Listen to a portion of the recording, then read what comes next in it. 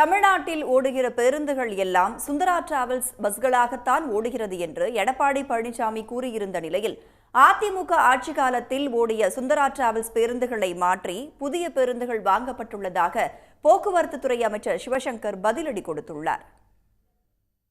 இன்றைக்கு தமிழகத்தில் ஓடுற பஸ் எல்லாம் சுந்தரா டிராவல்ஸ் மாதிரி தான் ஓடுது.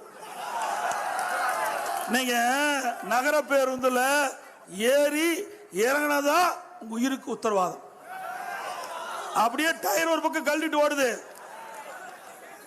அதோட சென்னையில நகர பேருந்துல ஏறி ஒரு பெண்மணி போகும்போது அடியில் இருக்கிற அந்த பிளாட்பாரம் கழட்டுக்கிட்டு அந்த அம்மா நடந்து ஓடிக்கிட்டே இருக்குது. பஸ் போய்கிட்டே இருக்குது. நல்ல வேலைக்கு கத்தி நிறுத்தங்காட்டியும் உயிர் பிழைத்தாங்க. அப்போ நாம கொடையில எதுக்கு வச்சிருக்கிறோம்? மழை வந்தா வீதியில் போனா பிடிச்சிட்டு போவோம். பஸ்ஸில் ஏறினா மழை வந்தா பஸ்ஸில் ஒழுகுனா கொடை பிடிக்கிற எடப்பாடி பழனிசாமி அவர்கள் முதலமைச்சராக இருந்தவர். அவர் முதலமைச்சராக இருந்த காரணத்தில் போதிய புதிய பேருந்துகள் வாங்காத காரணத்தினால்தான் பழைய பேருந்துகள் ஓடியது. எனவே இப்போ ஓட்டுற சுந்தரா டிராவல்ஸுக்கு எப்படி அவர் ஓனரோ அதே மாதிரி ஏற்கனவே ஓடிய சுந்தரா டிராவல்ஸ்களுக்கும் அவரே ஓனர்.